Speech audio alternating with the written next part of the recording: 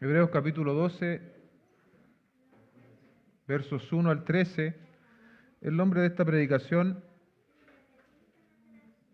la carrera más importante de la vida. La carrera más importante de la vida. Damos lectura en el nombre del Señor. Por tanto, puesto que tenemos en derredor nuestro tan grande nube de testigos, despojémonos también de todo peso y del pecado que tan fácilmente nos envuelve, y corramos con paciencia la carrera que tenemos por delante. Puesto los ojos en Jesús, el autor y consumador de la fe, quien por el gozo puesto delante de él soportó la cruz, despreciando la vergüenza, y se ha sentado a la diestra del trono de Dios. Consideren pues aquel que soportó tal hostilidad de los pecadores contra él mismo, para que no se cansen ni se desanimen en su corazón, porque todavía en su lucha contra el pecado ustedes no han resistido hasta el punto de derramar sangre. Además, han olvidado la exhortación de que como a hijos se les dirige: Hijo mío, no tengas en poco la disciplina del Señor, ni te desanimes al ser reprendido por Él, porque el Señor al que ama disciplina y azota a todo aquel que recibe por hijo. Es para su corrección que sufren. Dios los trata como a hijos, porque ¿qué hijo hay quien su padre no discipline? Pero si están sin disciplina, de la cual todos han sido hechos participantes, entonces son hijos ilegítimos y no hijos verdaderos. Además, tuvimos padres terrenales para disciplinarnos y los respetábamos. ¿Con cuánta más razón no estaremos sujetos al Padre de nuestros espíritus y viviremos? Porque ellos nos disciplinaban por pocos días como les parecía, pero Él nos disciplina para nuestro bien, para que participemos de su santidad.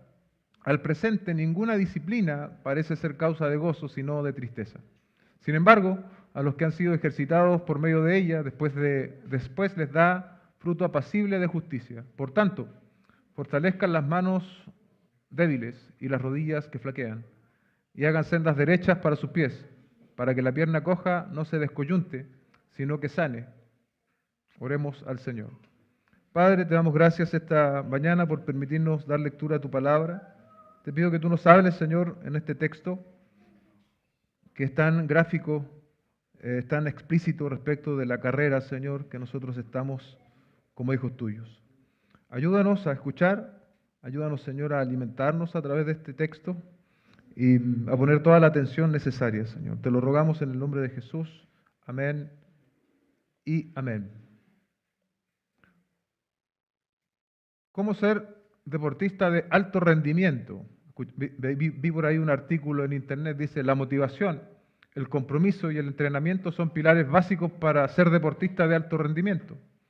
Para llegar a obtener los mejores resultados, el deportista debe contar con el apoyo de un coach o un entrenador especializado, participar de competiciones de alto nivel, controlar los nervios y alcanzar el máximo nivel son pasos claves para una figura deportiva de élite. De la misma forma o similar, la carrera cristiana tiene ciertas características, tiene también ciertas demandas. Y el texto bíblico esta mañana precisamente nos va a hablar de eso. El primer punto, amados hermanos, es la nube de testigos. En el verso 1 dice: por tanto, puesto que tenemos en derredor nuestro tan grande nube de testigos. ¿Quiénes son esta nube de testigos? No son los incrédulos que nos observan, como alguna vez escuché en una predicación. Son la gente no creyente, la nube de testigos que nos está mirando.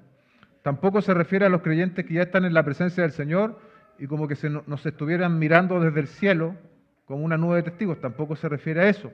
La nube de testigos son aquellos héroes de la fe que se mencionan en Hebreos 11, es decir, el capítulo anterior. Dice un autor: por causa del contexto del capítulo 11, parece mejor considerar este versículo no como enseñando que ellos nos miran, referente a los héroes del Hebreos 11, ¿no?, sino que nosotros hemos de mirar sus vidas de fidelidad como ejemplos a seguir. Es decir, el primer argumento que aquí el autor de la carta a los Hebreos, que no sabemos quién es de forma certera, es que nosotros tenemos personas que nos antecedieron y que anduvieron por fe y que manifestaron que su fe obraba, que fueron personas fieles. Y solo podríamos leer todo el capítulo 11, pero ocuparía mucho tiempo, solo para ilustrar La palabra fe en Hebreos capítulo 11, yo la conté, me di el trabajo de ver el capítulo un par de veces, aparece 20 veces. Y en muchos casos esa palabra fe está ligada con un acto determinado. Por ejemplo, Hebreos, para dar el contexto más amplio, y esto es muy importante, ¿no? Ahora bien, 1 y 2 de Hebreos 11, ahora bien, la fe es la certeza de lo que se espera, la convicción de lo que no se ve. Por ella recibieron aprobación los antiguos. Esa es la nube de testigos. Los antiguos, los personajes del Antiguo Testamento que el autor de Hebreos pasa a mencionar. Capítulo 6, un ejemplo. Y sin fe es imposible agradar a Dios. Bueno, este no es un ejemplo, es un principio. Sin fe es imposible agradar a Dios, porque es necesario que el que se acerca a Dios crea que Él existe y que recompensa a los que lo buscan. ¿Sí? Ese es el principio fundamental. Vamos a decir que la fe, por lo tanto, es fundamental en esta carrera. ¿Sí? No podemos correr la carrera cristiana sin fe. ¿Sí? Debemos necesariamente tener fe. Dice el verso 7, por la fe Noé, siendo advertido por Dios acerca de las cosas que aún no se veían, aquí ya sí vemos los personajes, ¿no? Mire cómo actuó Noé con fe. Con temor reverente preparó un arca para la salvación de su casa, por lo cual condenó al mundo y llegó a ser heredero de la justicia que es según la fe. O sea, Noé fue capaz de construir un arca por la fe, por la fe. Luego en el verso 17 dice, por la fe Abraham, cuando fue probado, ofreció a Isaac. Imagínense, la fe de Isaac lo llevó a ofrecer en sacrificio, a tener la disposición de ofrecer a su propio hijo. Y él había recibido las promesas ofrecidas a su único hijo. Verso 24. Ahora Moisés dice, por la fe Moisés, cuando ya era grande, rehusó ser llamado hijo de la hija de Faraón, y esto es extraordinario, el verso 25 y 26, escogiendo más bien ser maltratado con el pueblo de Dios, eso lo hizo por fe, que gozar los placeres temporales del pecado. Mira la decisión que tomó por fe Moisés. Y aquí algo más incluso llamativo o incluso hasta misterioso, porque sabemos que Moisés y el Señor Jesucristo no son contemporáneos, no estuvieron en el mismo tiempo, pero en la mente del Señor que inspiró este texto, el verso 26 nos dice, consideró mayores las riquezas, consideró como mayores las riquezas el oprobio de Cristo que los tesoros de Egipto. ¿Se da cuenta cómo relaciona incluso a Moisés con el oprobio de Cristo? Porque tenía la mirada puesta en la recompensa. Así también nosotros tenemos que ser personas de fe y personas que tienen su mirada en la recompensa, en lo que nos espera. Estos son algunos. Usted lea en su casa esta galería de la fe y yo creo que se va a estimular por lo que ahí se menciona respecto de estos hombres. No eran superhombres. Ninguno de los mencionados en Hebreos 11 eran superhombres, pero tenían un super Dios. Así como nosotros, no somos superhombres, pero tenemos un gran Dios, tenemos un Dios fiel. Estos nos sirven de desafío, los antiguos. Y ¿sabe, iglesia?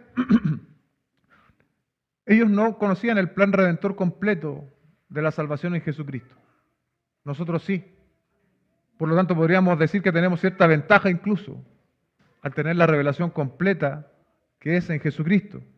Ahora, si ellos vivieron por fe de esta manera, ¿cuánto más nosotros los creyentes del nuevo pacto? Que tenemos nuestra fe ya completa en la obra del Señor Jesucristo. En vista de este ejemplo, en vista de esta nube de testigos, ahora el autor de Hebreos dice, despojémonos también de todo peso y del pecado que tan fácilmente nos envuelve. Despojarse es, lo hemos visto en Efesios, despojarse es quitarse algo, como cuando usted deja de lado una ropa.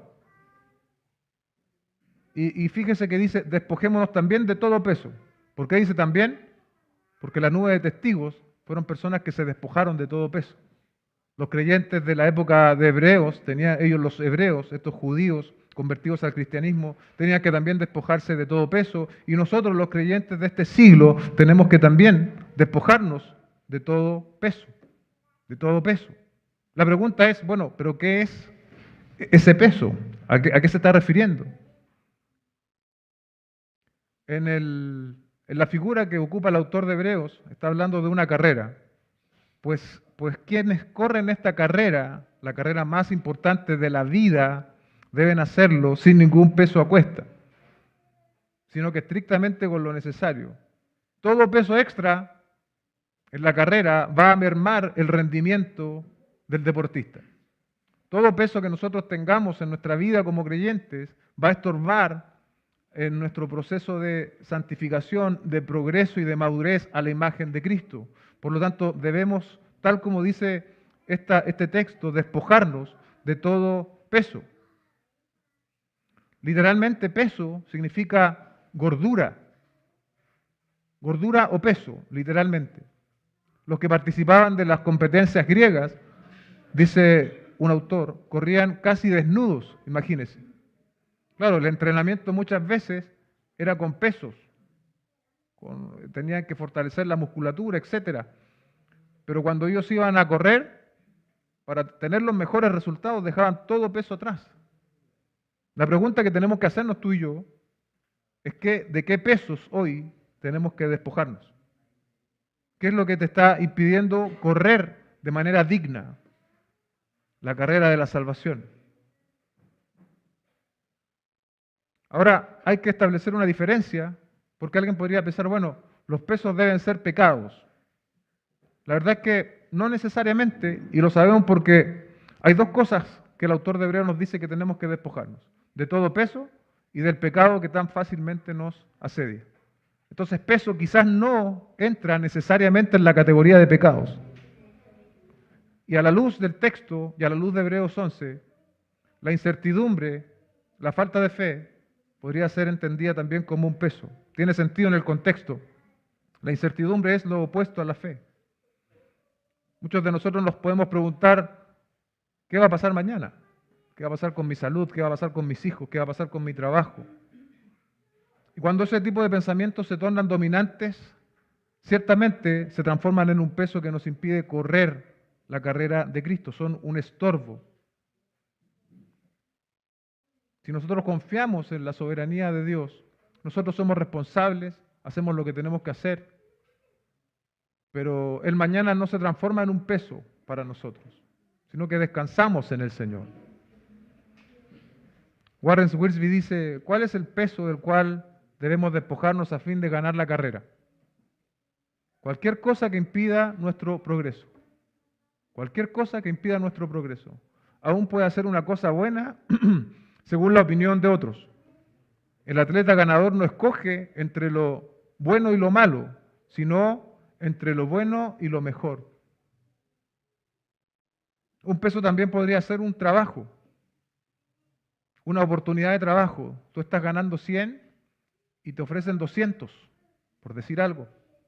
Pero resulta que en ese 200 vas a tener que sacrificar tiempo con tu familia, tiempo con la iglesia, tiempo para compartir con los hermanos de la fe. Entonces esos 100 se van a transformar en tu peso. Vas a tener 100 más, pero vas a estar cargando un peso que en la carrera te va a debilitar. Una relación sentimental podría ser también un peso. En específico me refiero a aquellos que no son casados, ¿no? Porque ya cuando ya te casaste, no puedes ver tu matrimonio como un peso. ¿Sabes?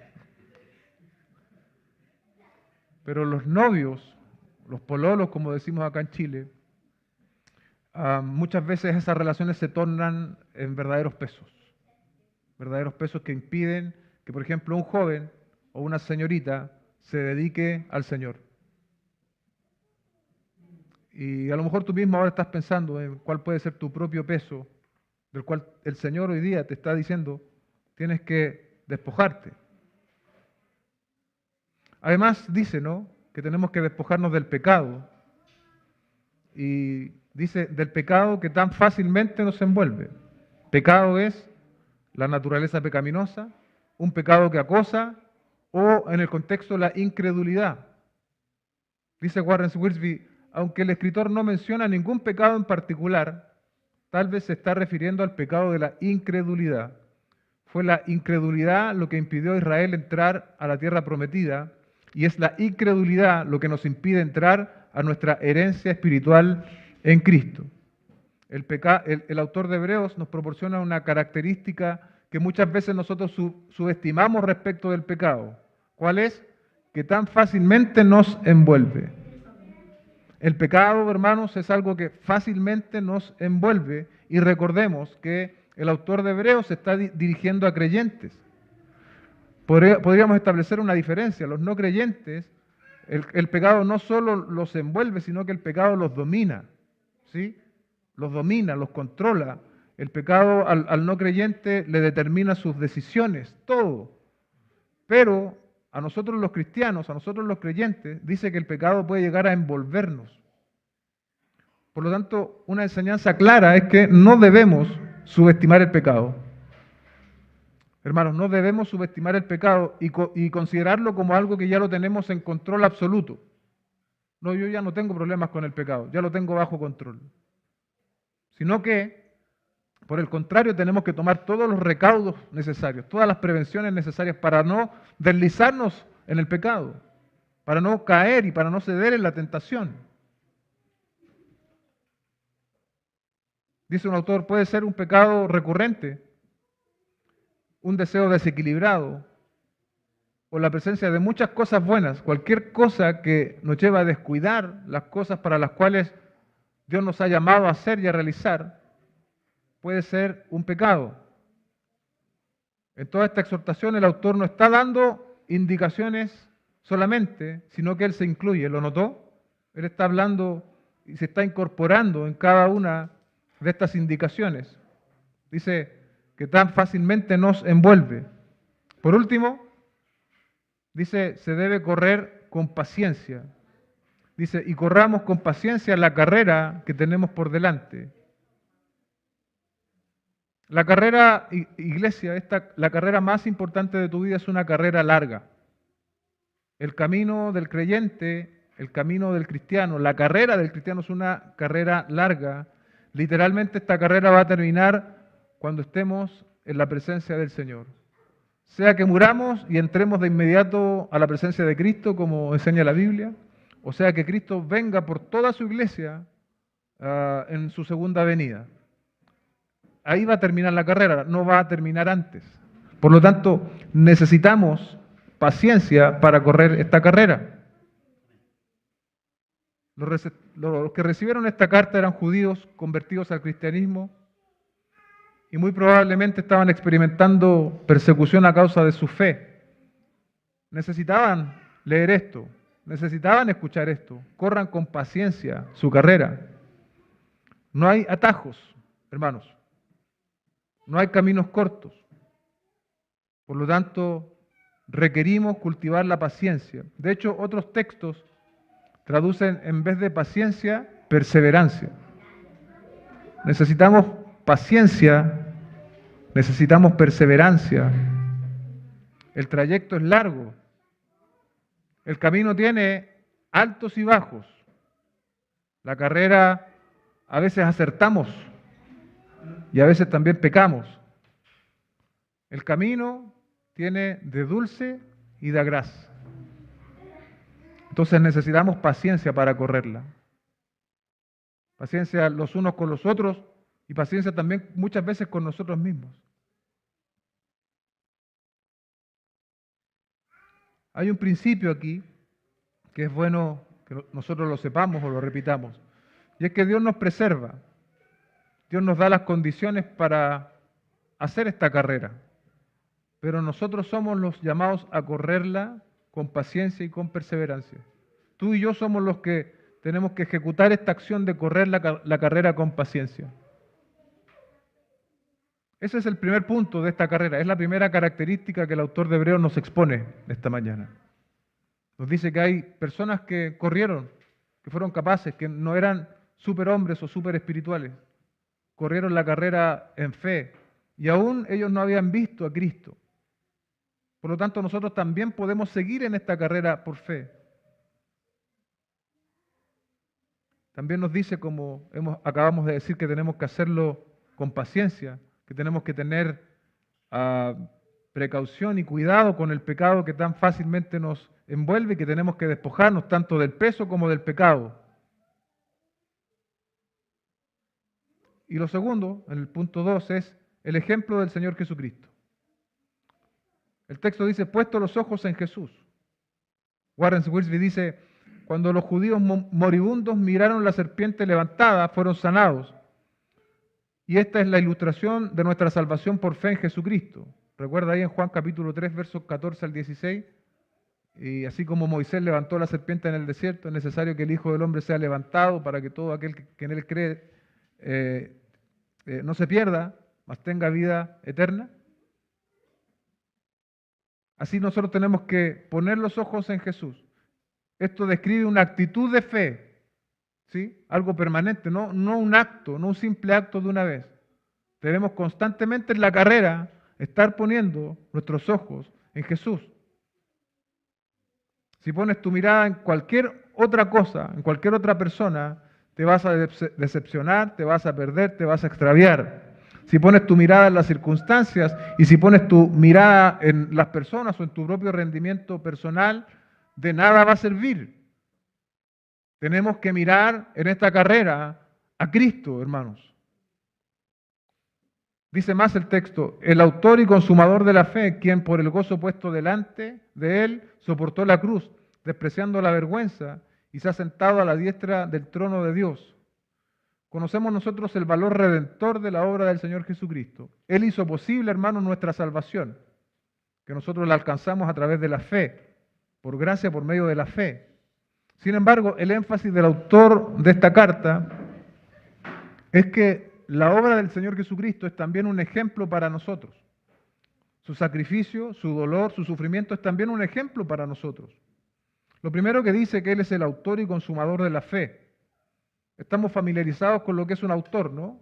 Los que dan origen a ciertos textos o libros son los autores.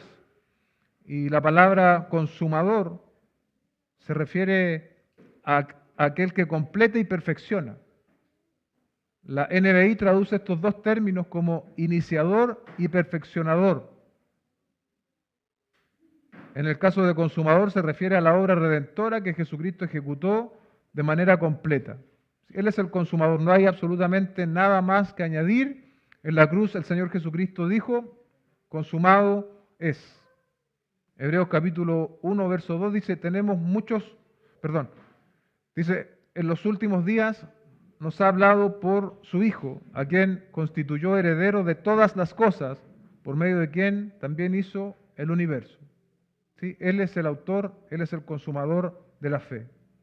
Tenemos en el capítulo 11, muchos buenos representantes de la nube de testigos, pero tenemos un solo autor y consumador de la fe. Tenemos personas de carne y hueso como tú y como yo, en Hebreos capítulo 11, que caminaron por fe, que corrieron su carrera por fe, pero tenemos un solo autor y consumador de la fe, que es nuestro Señor Jesucristo, y que el texto nos está diciendo que es a Él a quien tenemos que mirar.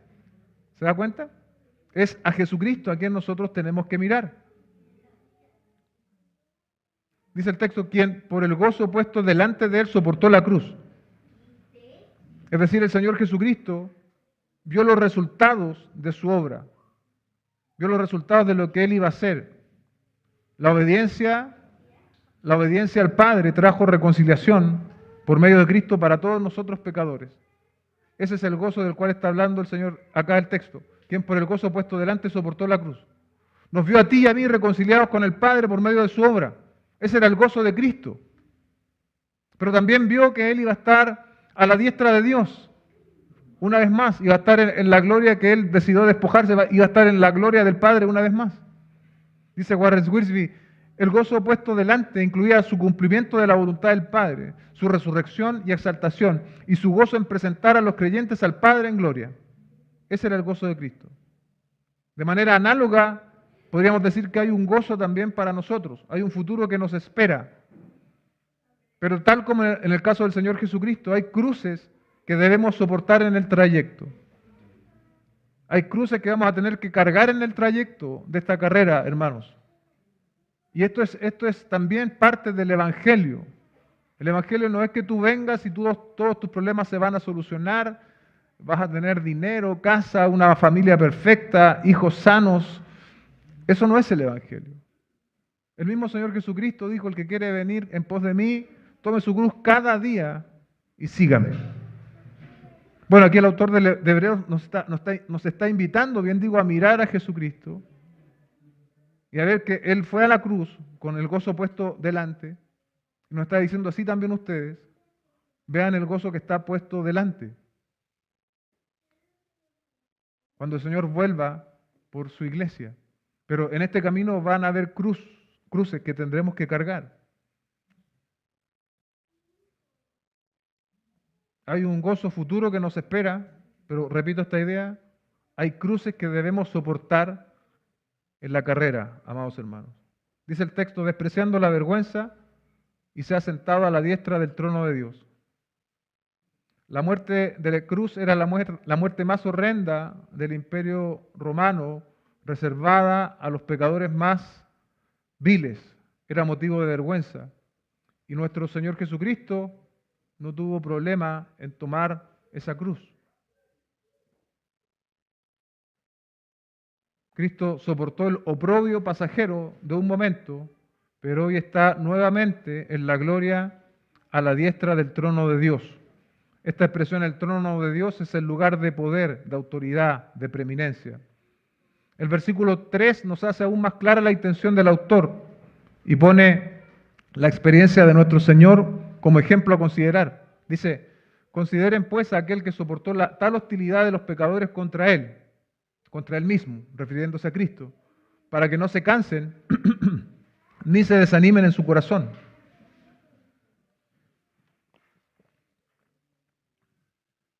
Las palabras consideren aquí es literalmente haga la suma y se usa para enfatizar un análisis cuidadoso de algo. ¿Sí? Consideren, piensen en esto. Se nos enseña que los sufrimientos de Cristo deben ser un estímulo, hermanos, para no cansarnos, para que nuestros corazones no se desanimen. Solo para ilustrar, mire algo del sufrimiento de Cristo en Marcos capítulo 15, versos 16 al 20.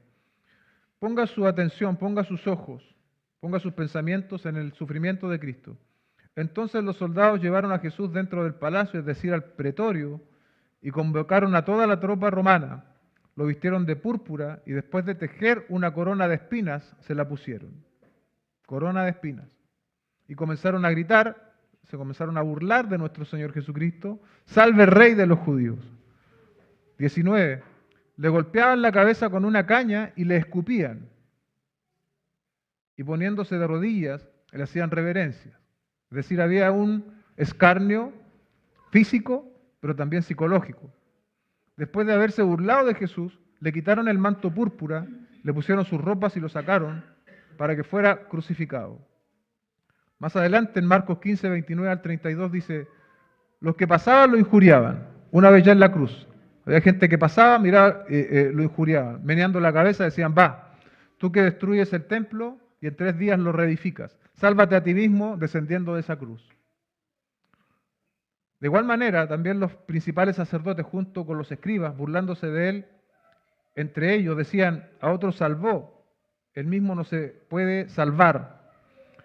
Que este Cristo, el Rey de Israel, descienda ahora de la cruz para que veamos y creamos. Y los que estaban crucificados con él también lo insultaban. Imagínense, los que estaban en su misma condición insultaban al Señor Jesucristo. Era insulto por todos lados. Y el autor de Hebreos nos está diciendo, consideren, hagan la cuenta de lo que pasó con el Señor Jesucristo. Él sufrió en manos de pecadores, pero, amados hermanos, Jesucristo era perfectamente santo. Jesucristo era impecable. Por lo tanto, nosotros cuando sufrimos hostilidad, cuando sufrimos problemas, cuando tenemos dificultades, tenemos que también recordar que nosotros no somos impecables, nosotros no somos perfectos. Pero el autor de la carta nos está diciendo, miren a Cristo, miren su sufrimiento. Y aquí hay algo maravilloso, hermanos, que mientras yo preparaba este sermón, se conmovió mi corazón, porque creo que Quizás muchos de ustedes hoy día pueden estar cansados, quizás muchos de ustedes hoy día pueden estar con su corazón desanimado, y aquí la palabra del Señor nos da un antídoto, llamémoslo así, muy claro y muy directo para todos aquellos que están cansados, para aquellos que sus corazones están desanimados. Si estás enfrentando cualquiera de estas dos condiciones, el antídoto bíblico que este texto nos proporciona, que Dios mismo nos proporciona es: mira los sufrimientos y mira la hostilidad que sufrió el Santo Hijo de Dios.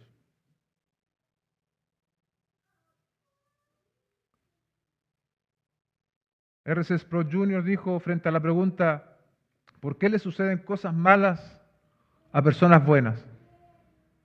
Su respuesta fue: eso ocurrió una sola vez y él lo hizo de manera voluntaria.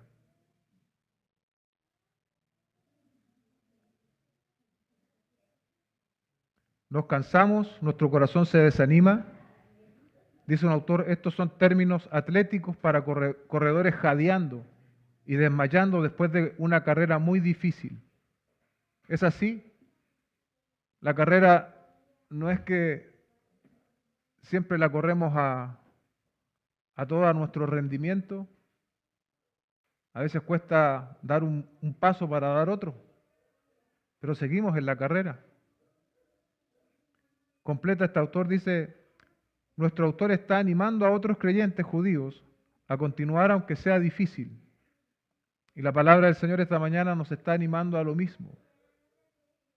El camino es agobiante, difícil muchas veces. La carrera es como cuando tú corres empinado, ¿no? Eso es difícil. Las piernas a veces se queman ya, como que no da la fuerza. Pero dice que tenemos que mirar a Cristo. Que tenemos que mirar a Cristo, que tenemos que mirar lo que Él hizo, lo que Él sufrió por nosotros. ¿Estás cansado hoy? ¿Tu corazón desfallece? Considera al autor y consumador de la fe. Considera hoy al autor y consumador de la fe. Verso 4 dice, porque todavía en su lucha contra el pecado ustedes no han resistido hasta el punto de derramar sangre. Otra vez, dice un autor, no se menciona aquí ningún pecado especial. Probablemente el pecado de la incredulidad era el más llamativo. Sin embargo, el pecado con su poder misterioso es un formidable oponente que se debe resistir hasta la muerte. Martín Lutero, que frecuentemente se encontró con el poder de Satanás y del pecado, exhorta a los cristianos en su bien conocido himno: nos pueden despojar de bienes, nombre y hogar, el cuerpo destruir, mas siempre ha de existir de Dios el reino eterno. El escritor amonesta a los lectores a que resistan al pecado hasta el punto de derramar sangre. La posibilidad de ser perseguidos en el contexto era real. Si Cristo sufrió persecución y derramó su sangre, sus seguidores no deben abrigar falsas ilusiones de quedar eximidos de ello. Y eso es lo que yo les decía antes. Hoy día se ha presentado un evangelio exitoso, de gente exitosa, de gente que le va bien, de gente que no sufre. Ese es un evangelio falso. Ese es un evangelio diluido. Ese es un evangelio popular, pero diluido. Por el contrario, frente a textos como este nos encontramos con que si nuestro Señor sufrió hasta la muerte, hay una posibilidad, no en el 100% de los casos, claro está, pero de que nosotros también tengamos que sufrir hasta la muerte.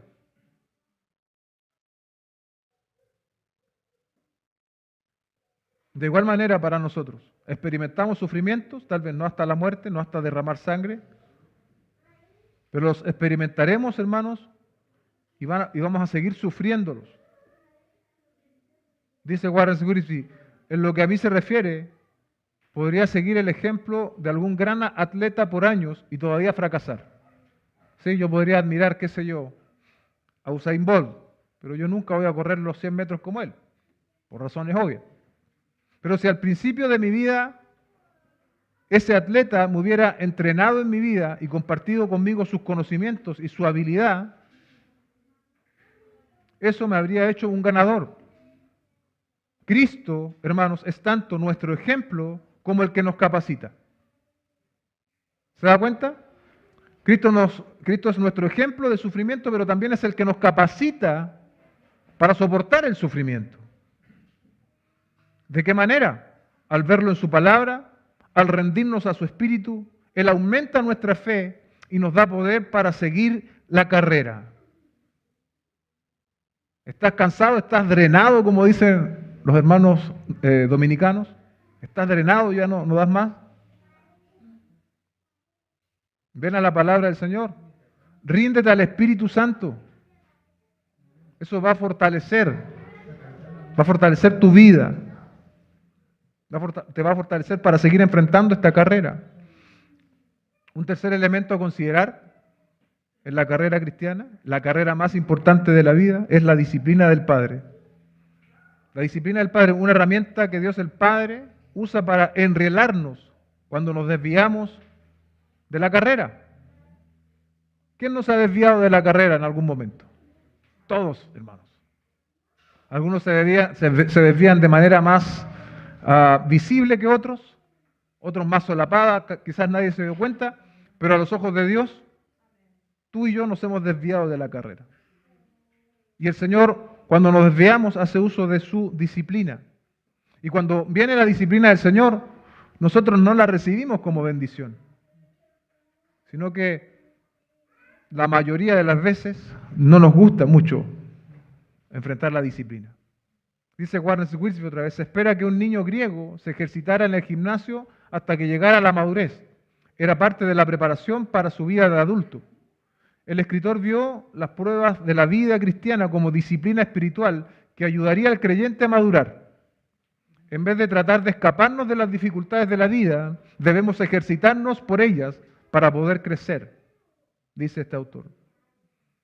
Al parecer, nuestros destinatarios, como también nos pasa muchas veces a nosotros, habían olvidado este método divino que Dios tiene para tratar a sus hijos. Porque dice el verso 5, además han olvidado la exhortación que como a hijos se les dirige. ¿Se dan cuenta? Han olvidado.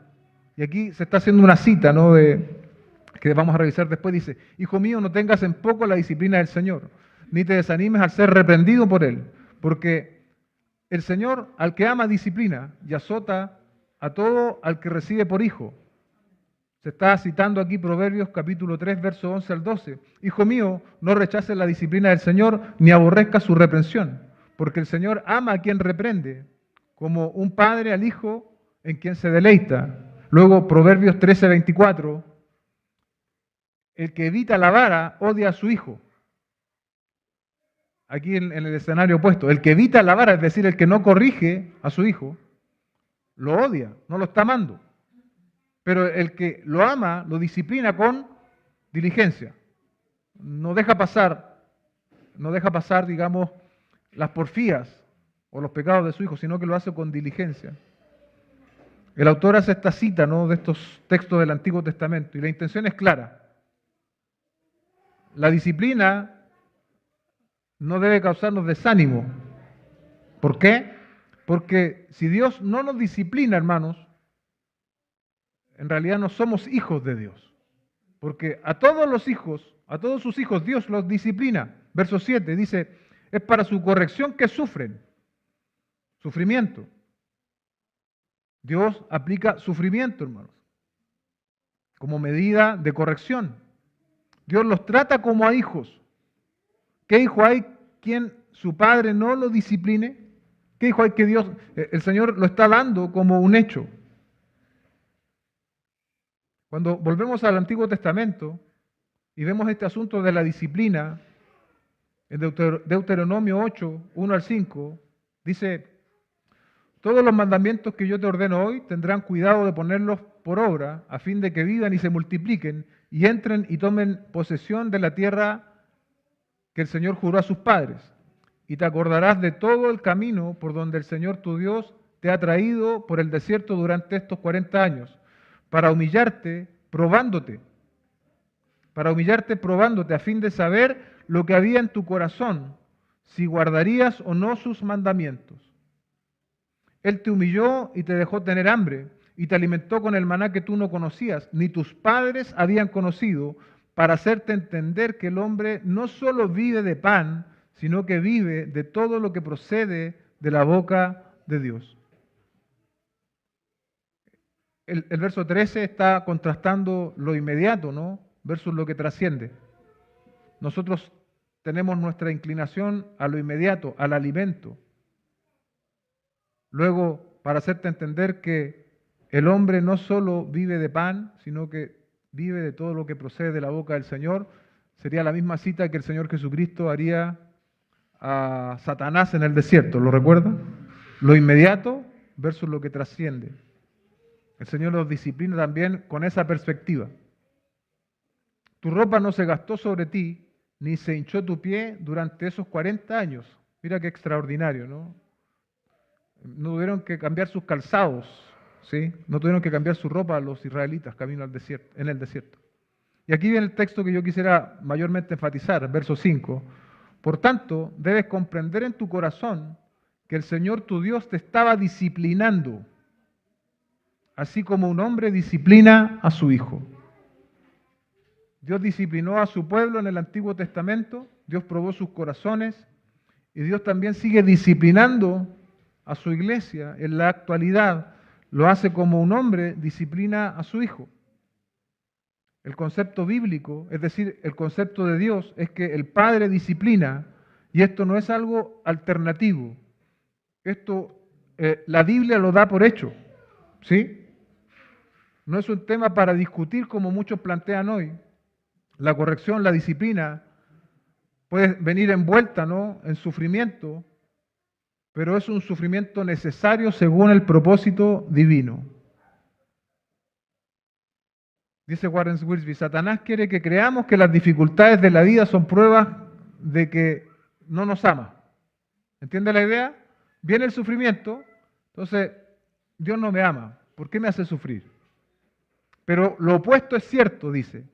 Algunas veces la disciplina viene en forma de una reprensión por su palabra.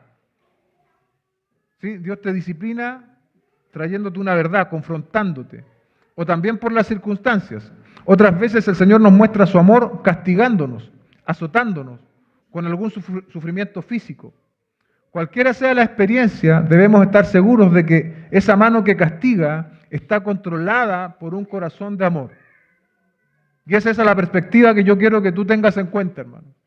Que Dios te castiga, pero que Dios te castiga con un corazón de amor. Termina este autor, el Padre no quiere que seamos niños mimados, sino que seamos hijos maduros, los cuales se les puedan confiar las responsabilidades de la vida. Verso 8 dice, pero si están sin disciplina, de la cual han sido hechos participantes, entonces son hijos ilegítimos y no hijos verdaderos. En palabras más sencillas, si no somos disciplinados, somos hijos ilegítimos o no somos hijos. Los verdaderos hijos de Dios siempre debemos esperar su disciplina. Y ahora se nos ilustra en el verso 9 y 10 como una comparación. Dice, además tuvimos padres terrenales para disciplinarnos y los respetábamos. ¿Con cuánto más razón no estaremos sujetos al Padre de nuestros espíritus y viviremos? Porque ellos nos disciplinaban por pocos días como les parecía, pero Él nos disciplina para nuestro bien, para que participemos de su santidad.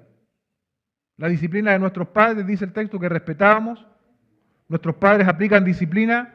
Su criterio, el criterio de los padres terrenales muchas veces no es perfecto, ¿no? Podríamos pensar que algunos padres se van a un extremo y otros a otro. Algunos establecen normas muy estrictas, muy legalistas, muy intolerantes, y entonces frente al menor movimiento del hijo, castigo. Y otros se van al otro extremo, donde hay una libertad absoluta, más parecida a un libertinaje, y nunca se corrige a los niños. Y eso se da porque el criterio de los padres no es un criterio absoluto.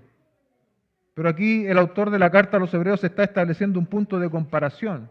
Dice que tuvimos padres terrenales para disciplinarnos y los respetábamos. Lo da como una verdad otra vez. Y ahora dice, ¿cuánta más razón no estaremos sujetos al Padre de nuestros espíritus y viviremos? ¿Sí?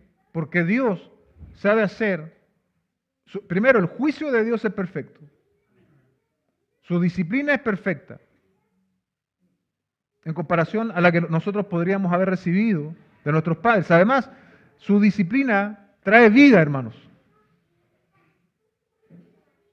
La disciplina del Padre trae vida y no muerte.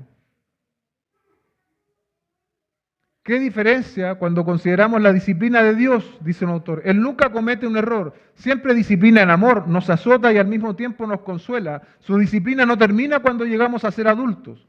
A lo largo de toda nuestra vida terrenal, Él nos va formando, aunque muchas veces le defraudamos.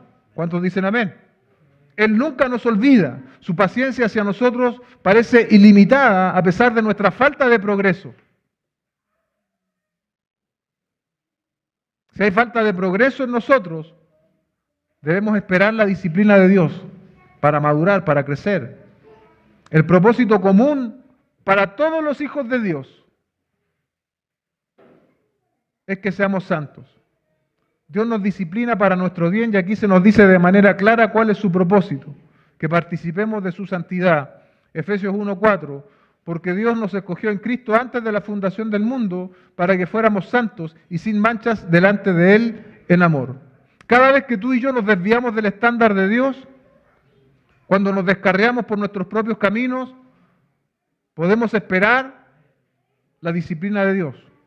Viene en camino la disciplina de Dios. A lo mejor tú hoy estás en la disciplina de Dios, pero tienes que entender esto, hermano, que es una disciplina en amor. ¿Qué pasa con nosotros en medio de la disciplina? Eso lo responde el verso 11. Al presente ninguna disciplina parece ser causa de gozo, sino de tristeza. ¿Sí? La disciplina cuando la estamos sufriendo, no nos gozamos por eso, porque no tenemos la perspectiva divina del asunto. Y más allá de nuestra respuesta, el texto dice, sin embargo, a los que han sido ejercitados por medio de ella, es decir, la disciplina de Dios, después les da fruto apacible de justicia. La disciplina que viene producto de nuestro desvío, de nuestra porfía, más ampliamente de nuestro pecado, nos llevará al arrepentimiento, a producir de nuevo fruto apacible de justicia. Dice un autor, la disciplina dolorosa viene en muchas formas. Zurras, suspensión de privilegios, pérdida de posesiones, partida de un ser amado, alguna seria lesión o enfermedad, desempleo o persecución. Cuando estas adversidades vienen, experimentamos dolor. Nuestra primera reacción ante la aflicción no es una de gozo, como muy bien dice el texto. La disciplina de Dios es un medio necesario para nuestra madurez. Y en retrospectiva, hermanos, seguramente seremos capaces de ver los resultados. Como dice el texto, fruto apacible de justicia. Porque la disciplina de Dios nos hace volver a la obediencia. En los versos finales se nos deja tarea. La tarea probablemente más referida hacia los más fuertes o maduros, para que fortalezcan a los más débiles. Dice, por tanto, es decir, se conecta con todo lo que decíamos recién respecto de la disciplina de Dios en amor. Verso 12, por tanto, fortalezcan las manos débiles y las rodillas que flaquean y hagan sendas derechas para sus pies, para que la pierna coja no se descoyunte, sino que se sane. El escritor de Hebreos habla como un entrenador lo hace con los miembros de un equipo y utiliza dichos familiares. Aunque la carrera todavía no ha terminado, los corredores están cansados, necesitan una palabra de aliento de su entrenador. Este les recuerda un dicho proverbial, fortalecer vuestros endebles brazos y débiles rodillas. Necesitamos, hermanos, fortalecer nuestra musculatura espiritual en la carrera. Necesitamos esa, podríamos decir, kinesiología del cielo. Y eso muchas veces se experimenta en el contexto de la iglesia local y también con las herramientas que Dios nos ha dado en su palabra. Si tú hoy estás débil, si tú hoy día estás cansado, si tus rodillas están flaqueando, si tus manos están débiles, lo que más debes hacer no es buscar soluciones fáciles o caminos cortos. Lo que tú tienes que hacer es buscar la fortaleza que te ofrece Dios por medio de su palabra, buscar respuestas en la palabra, buscar respuestas en la oración, buscar allí, porque aquí está, iglesia.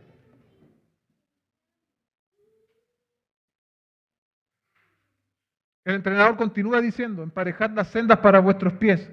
Esta es una cita de Proverbios 4:26. Sin embargo, el escritor de Hebreos añade su propia continuación a la primera parte del dicho de Proverbios, el que dice la razón para emparejar la pista para la carrera es que el cojo no sea invalidado, sino más bien sea curado. Antes que un corredor empiece a correr, él mismo examina la pista con cuidado. Se da cuenta del terreno disparejo porque puede hacerlo caer, puede producirle una lesión. Corre peligro de dislocarse, de torcerse un tobillo y quedar descalificado de la carrera. Es especialmente cuando se siente la fatiga de que se hace real la posibilidad de sufrir una lesión. Por dicha razón, las sendas deben ser emparejadas. No todos los corredores están en la misma condición física. No todos los corredores están óptimamente preparados. Algunos, dice, son inválidos, son cojos. Y aún, a pesar de su condición, deben terminar la carrera. Eso nos está diciendo el texto. Ellos deben perseverar, continuar y al final completar la carrera. Quizás muchos de ustedes se ven a sí mismos hoy día como esos cojos. Debes perseverar, debes continuar. Y los que nos decimos un poco más fuertes o más maduros, debemos alentar a los corredores inválidos, debemos nivelar los baches y las protuberancias de la ruta. Los atletas en buenas condiciones cumplen un servicio útil. El resultado será que también los débiles llegarán a la meta. Si no se empareja la senda, el inválido será descalificado. Ahí hay una función, ¿no?, de lo que es la Iglesia de Cristo. Finalmente, y ahora sí termino, a modo de conclusión, nuestra carrera, hermanos, es de largo aliento.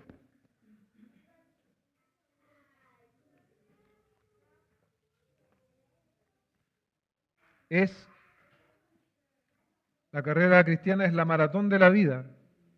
Tenemos una nube de testigos que nos ejemplifican que es posible correr la carrera de la fe. El propio dolor del Señor Jesucristo, en una proporción menor, se nos muestra como un ejemplo. La gloria de Cristo también nos espera un día, cuando Él vuelva por su iglesia. Pero el tránsito del dolor es inevitable en esta vida. El tránsito del dolor es inevitable en esta vida. Dios nos ama tanto, iglesia, que Él nos va a corregir cuando pecamos. Nos va a disciplinar como a hijos.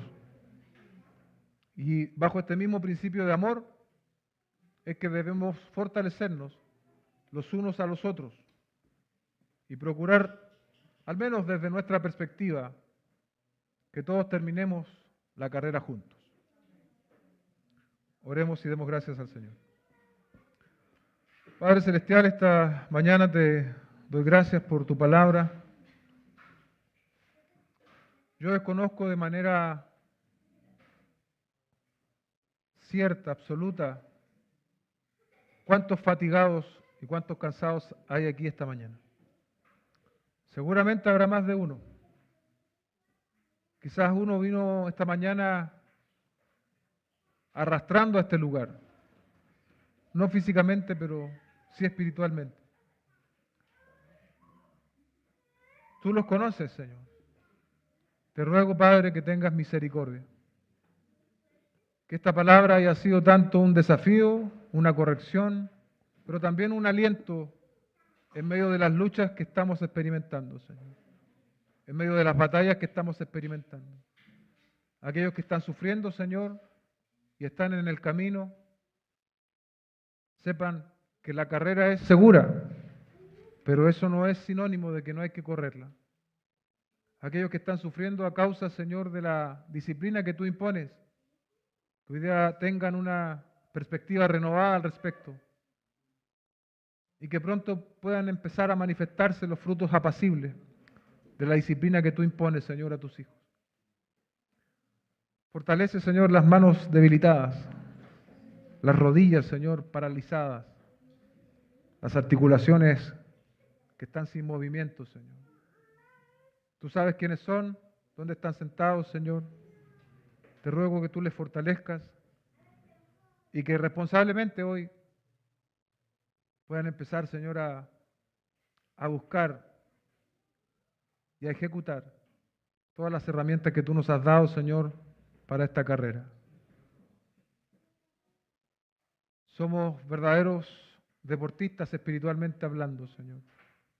Y la carrera es larga, pero el fin es seguro, Señor. Te damos gracias en el nombre de nuestro Señor Jesucristo. Amén y amén.